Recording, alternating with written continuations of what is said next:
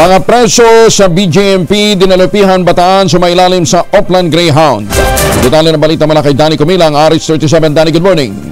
Alinsunod sa programa ni Police Brigadier General Rodrigo E. Maranan, Regional Director, at sa gabay ni Colonel Palmer Tria, Provincial Director ng Bataan Provincial Police Office, isang sorpresang Oplan Greyhound ang isinagawa sa mga detenido ng BJMP sa dinalupihang Bataan.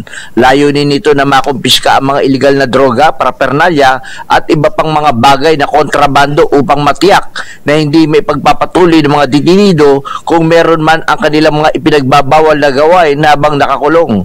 Ang operasyon ng Greyhound ay pinangasiwaan ito ng mga tauhan ng dinalupihang PNP sa pangunguna ni PAMS Leonardo Puques Jr.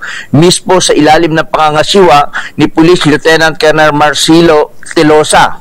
Danny Cumilang, RH37, DCRH, una sa Pilipinas, una sa Pilipino. Maganda